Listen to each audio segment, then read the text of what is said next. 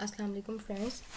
आज हम बात करेंगे बीपीपी यूनिवर्सिटी के एडमिशन क्रेडिबिलिटी इंटरव्यू के बारे में कि इस इंटरव्यू को किस तरह से पास करना है और वो कौन सी मिस्टेक्स हैं जो आपने आंसर करते हुए अवॉइड करनी है और वो क्या टिप्स हैं जो आप यूज़ करके इसको फ़र्स्ट अटैम्प्ट में क्लियर कर सकते हैं और अपनी जो बीपीपी में एडमिशन है उसको सिक्योर कर सकते हैं। सबसे पहला जो क्वेश्चन किया जाता है वो ये किया जाता है कि have you been to the UK before. और अगर तो आप नहीं गए तो आप सिंपल आंसर कर देंगे ये नो। और अगर आप वहाँ पे गए हैं तो उनको बताएंगे क्यों गए थे, कब गए थे और कितने टाइम के लिए गए थे। नेक्स्ट क्वेश्चन जो पूछा जाता है वो ये पूछा जाता है कि आप यूके में क्यों स्टडी करना चाहते हैं और अपने होम कंट्री में या किसी और कंट्री में क्यों स्टडी नहीं कर रहे। तो इस क्वेश्चन का एक सेटिस्फैक्ट्री आंसर देना बहुत ज़रूरी होता है। ये इंपॉर्टेंट क्वेश्चन है। इसमें हम यूके के एजुकेशन सिस्टम के बारे में बताएंगे थोड़ी सी बातें कि वो मॉडर्न एजुकेशन सिस्टम है, लर्निंग बेस है। उसके अलावा यहाँ का जो इन्वायरमेंट है वो मल्टीकल्चरल है। उसके अलावा इंटरनेशनल एक्सपोजर की वजह से जो है आपकी कम्युनिकेशन स्किल्स अच्छी हो सकती हैं। और रिसर्च फैसिलिटीज़ के बारे में बात करेंगे। यूके में जो बेस्ट एजुकेशनल इंस्टीट्यूट्स हैं उसके बारे में बता सकते हैं। और हम बताएंगे कि यहाँ पे जो यूके को दूसरी कंट्रीज़ के ऊपर इस वजह से प्रेफर किया जा रहा है कि उसका जो इंग्लिश लैंग्वेज है वहाँ पे as an official language use होती है, तो ये हमारे लिए ज़्यादा हेल्पफुल रहता है। और उसका जो फ़ीस स्ट्रक्चर है, लिविंग कॉस्ट है, वो भी अफोर्डेबल है। मॉडरेट वेदर कंडीशंस हैं। अपने होम कंट्री को हम क्यों सेलेक्ट नहीं कर रहे, उसका मोस्टली यही आंसर है कि हमारी जो टीचिंग मैथडोलॉजीज़ हैं वो लिटिल बिट ओल्डर है एज़ कम्पेयर टू यूके। और जो हमारा एजुकेशन सिस्टम है उसमें मोर फोकस किया जाता है on theoretical knowledge as compare to practical skills, but practical skills are more important for professional growth. तो इस क्वेश्चन का हम इस तरह से आंसर कर सकते हैं। नेक्स्ट क्वेश्चन किया जा सकता है कि आपने कोई और भी इंग्लिश स्पीकिंग कंट्रीज़ को अपनी हायर स्टडीज़ के लिए रिसर्च किया था, तो उसमें कोई भी आप दो इंग्लिश स्पीकिंग कंट्रीज़ के नाम ले सकते हैं। जैसे मैंने अपने इंटरव्यू में ऑस्ट्रेलिया और कनाडा का नाम लिया था और उसके अलावा मैंने एक non English speaking country Germany का थोड़ा सा बताया था। ऑस्ट्रेलिया और यूके को अगर देखा जाए तो उसके कंपैरिजन में मैंने ये बताया था कि यहाँ पे जो ऑस्ट्रेलिया है वो आईटी कोर्सेज़ के लिए ज़्यादा फेमस है, जबकि यूके जो है वो मैनेजमेंट कोर्सेज़ के लिए ज़्यादा बेहतर समझा जाता है। और जो यूके के अंदर एकोमोडेशन है, पब्लिक ट्रांसपोर्ट है, वो ज़्यादा फेवरेबल होती है इंटरनेशनल स्टूडेंट्स के लिए। एक्चुअली जो ऑस्ट्रेलिया है वो एरिया वाइज एक लार्जर कंट्री है, जबकि जो यूके है एरिया वाइज स्मॉल है लेकिन पॉपुलेशन इसकी ज़्यादा है। तो यहाँ पे आपको जो एकोमोडेशन है वो सिंगल रूम या टू रूम बेडरूम जो होते हैं वो आपको बड़ी इजीली मिल जाते हैं, जबकि ऑस्ट्रेलिया में मोस्टली आपको एक पूरा हाउस जो है वो रेंट पे लेना पड़ता है। उसके अलावा पब्लिक ट्रांसपोर्ट जो है वो भी यूके की ज़्यादा डेवलप्ड है। वहाँ पे आपको आपकी अपनी कार हो या फिर इस तरह से अपनी ट्रांसपोर्ट मतलब अरेंज करनी पड़ती है, तो जिसकी वजह से आपकी जो लिविंग कॉस्ट होती है और ट्रैवलिंग कॉस्ट है वो बढ़ जाती है। और कनाडा और यूके के कंपैरिजन में मैंने ये बताया था कि जो कनाडा है उसकी थोड़ी सी ना जो मास्टर्स लेवल की स्टडीज़ हैं उसकी एंट्री रिक्वायरमेंट्स ज़्यादा होती हैं और उसकी वीज़ा प्रोसेसिंग भी थोड़ी सी डिफ़िकल्ट है। और दूसरा पॉइंट ये बताया था कि टेम्परेचर जो है वो ब्रूटल होता है, मतलब बहुत ज़्यादा जो है वो कोल्ड टेम्परेचर है, -30 सेल्सियस पे भी चला जाता है सम टाइम। उसके अलावा कनाडा जो है वो बहुत ज़्यादा एक्सपेंसिव है। और जर्मनी का एक मेन इशू यही है कि वहाँ वहाँ पे जो है लैंग्वेज बैरियर है। नेक्स्ट वो आपसे पूछेंगे कि आप कौन सा कोर्स जो है वो पीपीपी पे स्टडी करना चाहते हैं। तो आप जो भी कोर्स करना चाह रहे हैं स्टडी, आप यहाँ पे उसका नाम बता सकते हैं। मेरा course MSc management with project management था, तो मैंने वो बताया था और अपने कैंपस का नेम बताया था। उसके बाद पूछा जाता है कि आपने ये कोर्स क्यों चूज़ किया, तो उस कोर्स के हवाले से आपने 2 से 3 पॉइंट बताने होते हैं। मैंने जो आंसर किया था वो ये था कि इस कोर्स को करने के बाद मेरे लिए जो प्रोजेक्ट्स हैं उनको हैंडल करना इजी हो जाएगा। मैं एक अच्छे तरीके से जो है रियल वर्ल्ड एक्सपीरियंस गेन करने के बाद प्रोजेक्ट्स को हैंडल कर सकूँगी और मैनेज कर सकूँगी इफ़ेक्टिवली। और जो बीपीपी में कोर्स है उसको डेवलप इस तरह से किया गया है कि कुछ जो प्रोफेशनल्स होते हैं और इंडस्ट्रियल पीपल हैं वो आके यहाँ पे हमें टीच करते हैं, जिसकी वजह से क्या होता है कि हम अपने सक्सेसफुल कैरियर के लिए ज़्यादा अच्छे से प्रिपेयर हो जाते हैं। नेक्स्ट ये वाला क्वेश्चन मोस्टली आपसे पूछा जाता है और आपने कोशिश करनी है कि इसको बहुत अच्छे से जो है आप इसको मेमोराइज़ कर लें, हो सके तो आप इसको अच्छे से रट लें, जिसको कहते हैं ना, इस तरह से कर लें कि आपका कोर्स स्ट्रक्चर क्या है और उसके मॉड्यूल्स क्या हैं। तो जो ये कोर्स है ये 12 मंथ का फुल टाइम कोर्स है, 180 इसके क्रेडिट आ रहा है, 3 टर्म्स में इसको डिलीवर किया जाता है। और इस कोर्स में जो आपकी असेसमेंट है उसमें कोर्स वर्क आ जाता है और प्रेजेंटेशंस आ जाती हैं। कोर्स वर्क जो होता है उसमें आपकी कुछ असाइनमेंट्स आ जाती हैं, कुछ केस स्टडीज़ आ जाती हैं और प्रेजेंटेशंस वगैरह, ये सब कुछ इंडिविजुअल भी होता है और कुछ जो है वो ग्रुप वर्किंग भी होती है। और उसके बाद आपने ये सारे जो नाम हैं इनको याद कर लेना है, personal effectiveness, leading through digital disruption और भी सारे। और आपसे वो फिर नेक्स्ट क्वेश्चन ये पूछ सकते हैं कि कौन सा कोर्स जो है आपको सबसे ज़्यादा अच्छा लगा। तो आप कोई भी 2 से 3 कोर्सेज जो हैं वो इसमें से बताएंगे जो आपको ज़्यादा अच्छे लगे और आप उसको थोड़ा सा एक्सप्लेन कर देंगे। मैंने जो बताया था, मैंने बताया था ग्लोबल स्ट्रेटजी एंड सस्टेनेबिलिटी, और इसका मैंने ये बताया था कि it will help me to in expand my business on the global level and with the help of the implementation of some sustainable sources or methods or application like this। और उसके अलावा मैंने कस्टमर एक्सपीरियंस स्ट्रेटजी में ये बताया था कि इससे मैं जो है अपने कस्टमर जो हैं उनका हमारे साथ जो है वो एक्सपीरियंस कैसा रहा है और उसको कैसे इम्प्रूव किया जा सकता है, इस चीज़ को जो है अंडरस्टैंड कर सकूँगी। और ये मेरी जो कंपनी में, किसी भी कंपनी की वर्किंग के लिए बहुत ज़रूरी होता है।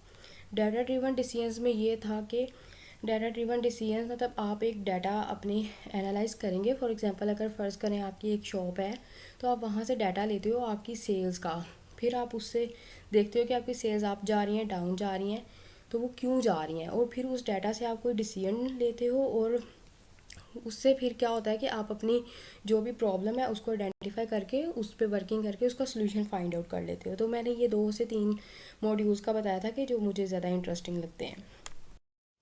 नेक्स्ट उन्होंने मेरी लास्ट क्वालिफ़िकेशन के बारे में पूछा था, तो उसमें आपने अपना बता देना है जो भी आपकी क्वालिफ़िकेशन है, आपकी यूनिवर्सिटी का नाम और किस ईयर में आपने की है।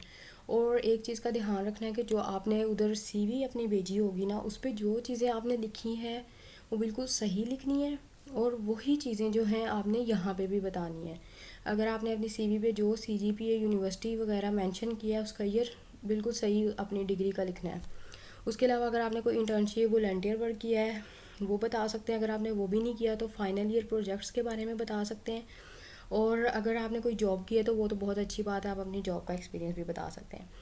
फिर आपसे वो पूछेंगे दूसरी यूनिवर्सिटीज़ कौन कौन सी आपने देखी, तो आप कोई भी 2 यूनिवर्सिटीज़ को बस देख लो और उसके अंदर वही सेम कोर्स को देखो और उसको कंपेयर करो इस कोर्स के साथ जो बीपीपी ऑफ़र कर रही है, और उसमें कोई 1 से 2 जो है खुद ही से कुछ पॉइंट्स बता के तो उनको ये चीज़ जो है रियलाइज़ करा दें कि आपको ये चीज़ें वहाँ पे नहीं मिल रही थी तो आपने इस वजह से इस यूनिवर्सिटी को प्रेफर किया। जैसे मैंने जो है ये 2 यूनिवर्सिटीज़ के बारे में बात की थी, यूनिवर्सिटी ऑफ सैलफोर्ड और यूनिवर्सिटी ऑफ लॉ, और उसके बारे में मैंने उसके कोर्सेज़ भी थोड़े से याद कर लिए थे, बल्कि आप उनके कोर्सेज़ याद कर ही लें और उसके कोई से 2 या 3 रैंडमली कोर्सेज़ उठा के तो उसका कोई रेलिवेंट सा पॉइंट बना के उनको बता दें, जैसे मैंने यहाँ पे मेंशन भी किया हुआ है, आप देख सकते हैं। नेक्स्ट हम बात करते हैं कि जो मतलब बीपीपी को ही क्यों चुना था इन यूनिवर्सिटीज़ के ऊपर हमने, तो उसकी ये है कि आप ये बताएंगे कि उसका जो मॉड्यूल था, कोर्स स्ट्रक्चर था और मल्टीपल इनटेक और अफोर्डेबल फ़ीस, ये सारी चीज़ों की वजह से जो है आपने बीपीपी को सिलेक्ट किया। और उसके अलावा इसकी जो एजुकेशन है, इसकी वो रिसर्च एक्टिविटीज़ वगैरह और इंडस्ट्री के साथ जो इंडस्ट्री के साथ जो इन्होंने रिलेट करते हुए अपना कोर्स डिज़ाइन किया, ये सारी चीज़ों की वजह से आपने इस यूनिवर्सिटी को प्रेफर किया था। और कुछ सेफ साइड के लिए आपको चीज़ें पता होनी चाहिए, जैसे कि बीपीपी का जो फुल फॉर्म है वो क्या है। तो बीपीपी का जो नाम है इसके जो इनिशियल्स थे उनके सरनेम से लिया गया है और आप वो इसका देख सकते हैं। उसके अलावा जो है इसके 8 कैंपसेस हैं, उनके नेम भी आपको पता होने चाहिए कि वो कहाँ कहाँ पे हैं, जैसे मैनचेस्टर कैंपस है, ब्रिस्टॉल है, बर्मिंघम है और भी इसी तरह से। फिर एक और मेन क्वेश्चन होता है कि आपकी ये वाला जो कोर्स है प्रीवियस डिग्री से किस तरह से रिलेट करता है, तो इसका भी एक बहुत अच्छा सा आंसर आपने प्रिपेयर करना है। अब जो भी आपकी प्रीवियस डिग्री है उसको इसके साथ आप रिलेट कर सकते हैं। अगर तो वो बिज़नेस रिलेटेड है तो आप बहुत इजीली उसे रिलेट कर लेंगे, लेकिन अगर आपकी उससे रिलेटेड डिग्री नहीं है तो आपको फिर थोड़ा सा देखना पड़ेगा। जैसे मेरी जो थी वो प्रीवियस डिग्री फॉर्म डी थी, तो मैंने इसका आंसर इस तरह से दिया था कि फार्मास्यूटिकल इंडस्ट्री में हमें डिफरेंट जो हैं वो प्रोजेक्ट्स जो होते हैं वो मिलते हैं ड्रग डेवलपमेंट से रिलेटेड। वहाँ पे जो एक प्रोजेक्ट मैनेजर होता है उसका रोल होता है कि वो उस प्रोजेक्ट को कंप्लीट करे on time with in budget and in line with all the scientific requirements. तो यहाँ पे कुछ जो है वो रिसर्च प्रोजेक्ट्स भी चल रहे होते हैं, वहाँ पे जो रोल प्ले करते हैं वो किस तरह से करते हैं कि उन्हें रेगुलेटरी गाइडलाइंस का पता होना चाहिए, उनके पास सारा रिकॉर्ड होना चाहिए, ट्रायल्स और अप्रूवल्स वगैरह का भी उन्हें पता होना चाहिए कि वो सक्सेसफुली किस तरह से उनको कंडक्ट करेंगे और नेक्स्ट फेज़ के लिए अप्रूवल कैसे लेना है।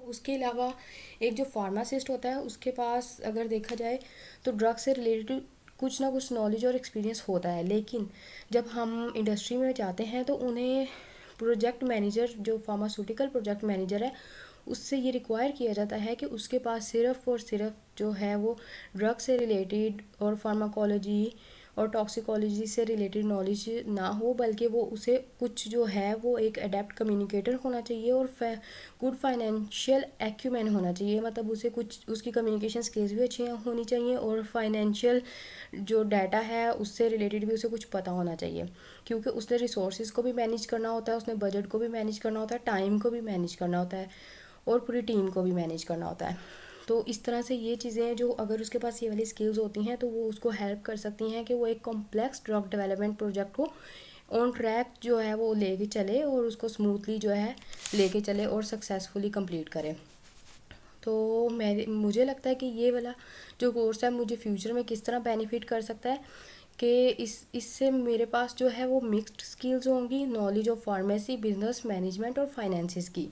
तो ये जब मेरे पास डिफरेंट स्किल्स होंगी तो मुझे जो दूसरे पीपल हैं, अगर किसी के पास खाली फार्मेसी से रिलेटेड नॉलेज है और कुछ लोग हैं जिनके पास खाली बिजनेस और मैनेजमेंट से रिलेटेड नॉलेज है, तो मेरे पास दोनों तरह का नॉलेज होगा, तो ये मुझे उन पे जो है एक प्लस पॉइंट होगा मेरे पास और मुझे एज दिया जाएगा इस चीज़ की वजह से।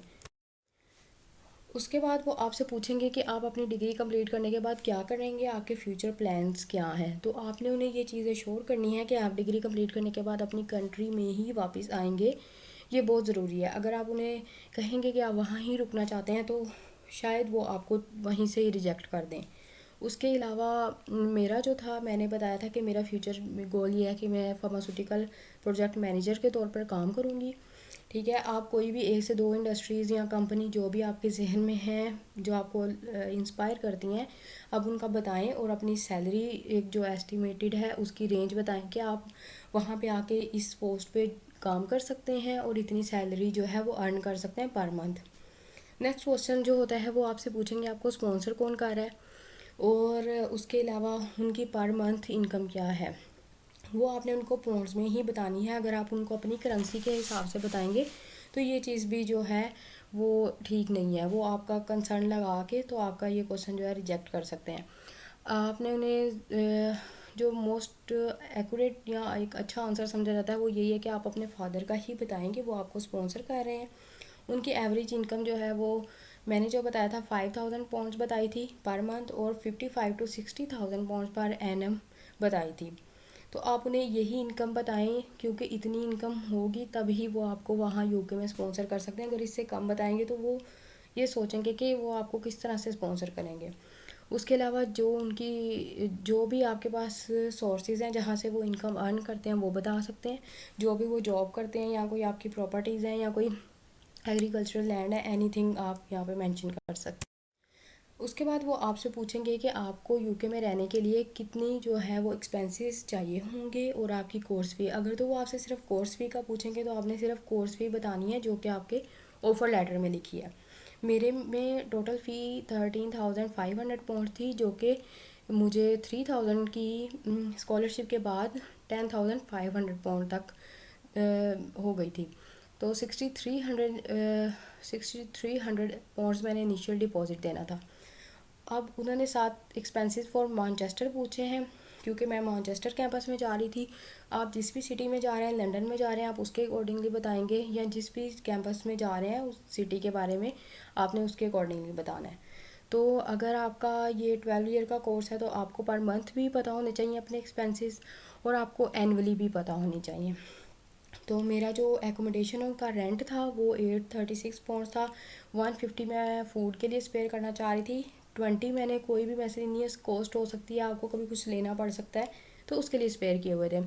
और 50 जो थे वो ट्रांसपोर्ट के लिए और ट्रैवलिंग के लिए। तो मेरे जो टोटल एक्सपेंसेस थे वो कितने बन रहे थे, मेरी रिमेनिंग फ़ी और पर ईयर के जो एक्सपेंसेस हैं उनको कैलकुलेट करके 13,700 पाउंड्स। तो जो आपकी बैंक स्टेटमेंट बनेगी वो इससे थोड़ी सी ज़्यादा की बनेगी। तो आप लोगों ने बताना है कि वो आपके फादर ने आपके अकाउंट में डिपॉजिट करवा दी हुई है।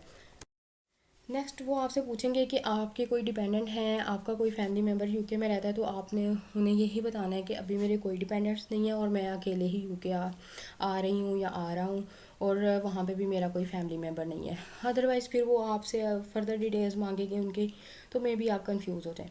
तो आप उन्हें यही आंसर करें। उसके बाद आ जाता है कि यूके में रहते हुए जो है आप मतलब किस जगह पे रहेंगे, और आपकी जो है उसका आपको हाउस का एड्रेस पता होना चाहिए। आपने उनको वेबसाइट भी बतानी है जहाँ से सर्च किया, और उसका जो रेंट है वो भी बताना है।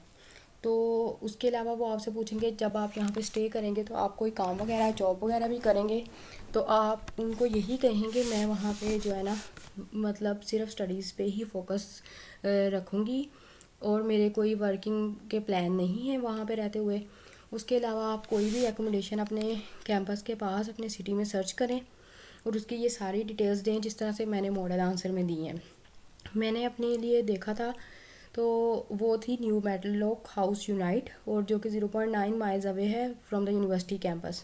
उसका रेंट 159 पाउंड्स है, उसका कंप्लीट एड्रेस है, उसका यूनिवर्सिटी से जो है वो डिस्टेंस कितने टाइम का है। उसके अलावा उसको सर्च कहाँ से किया था, from the website name casita.com। तो आपने ये उन्हें कंप्लीट आंसर दे देना है।